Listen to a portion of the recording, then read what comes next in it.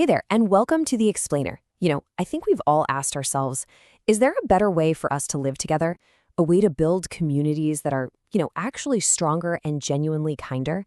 Well, today we're going to dig into this ancient, but honestly super modern blueprint for doing just that. It's all about a shared commitment to looking out for each other. Let's dive in. No, really, just take a second and picture that.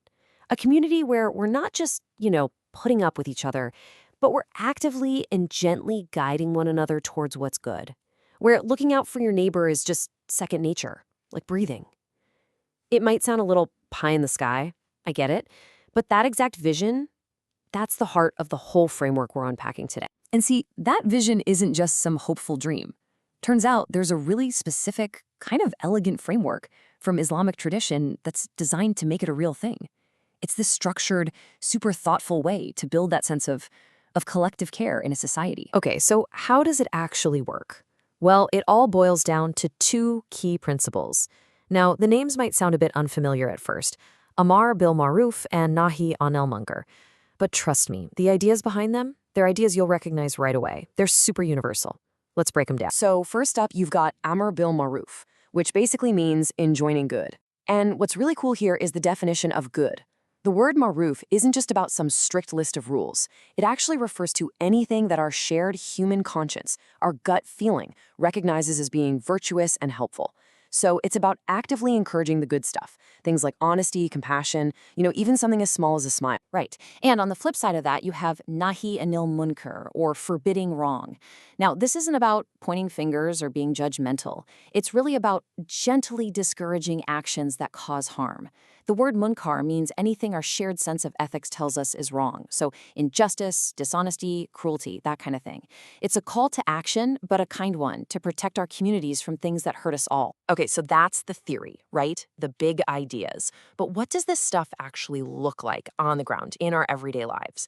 Let's get into some real-world examples, because you might be surprised at just how simple and seriously powerful this can be. So what does it mean to enjoin good? Does it mean you have to do some big, heroic thing? Not at all.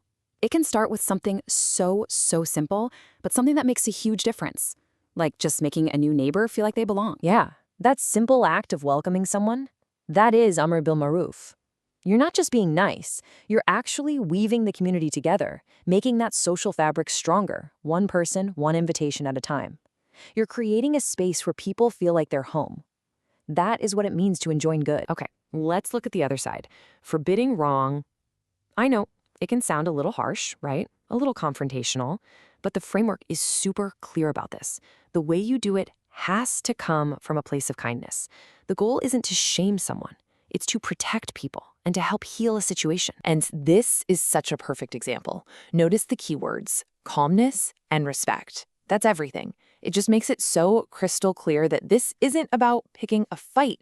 It's about calmly standing up for what's fair, protecting someone who can't defend themselves, and putting a stop to the genuine harm that rumors and gossip cause. Now, I know what you might be thinking at this point. Couldn't this go wrong? Couldn't people misuse these ideas to be judgmental or to start arguments? And the answer is yes, absolutely they could.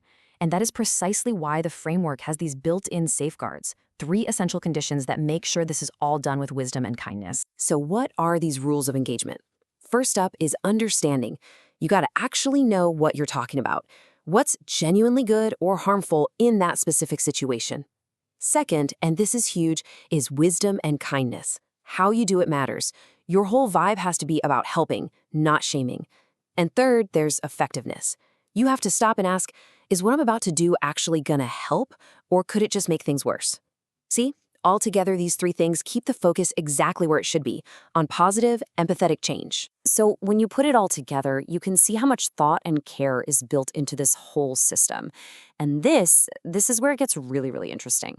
Because these principles, they aren't just for one group of people. They perfectly reflect values that you can find in almost every culture and belief system on Earth. And this is the aha moment, right? Enjoining good, well, that's the exact same impulse that makes someone volunteer to shelter or fight for a cause they believe in. And forbidding wrong, that's the courage you see when someone stands up to a bully or speaks out against injustice. The labels might be different, but the human impulse, that's totally universal. So, Why does any of this matter to you and me? Because this isn't just some abstract theory. It's a really practical, empathetic blueprint for how any of us can take a little bit of responsibility for the world around us. It gives us permission, even encouragement, to be active participants in making things better. It reminds us that we all have a part to play in this. Every single one of us. Look, in the end, this whole idea isn't something you just think about. It's something you do. It's a daily practice. And so it leaves us with a really simple but powerful question to take with us.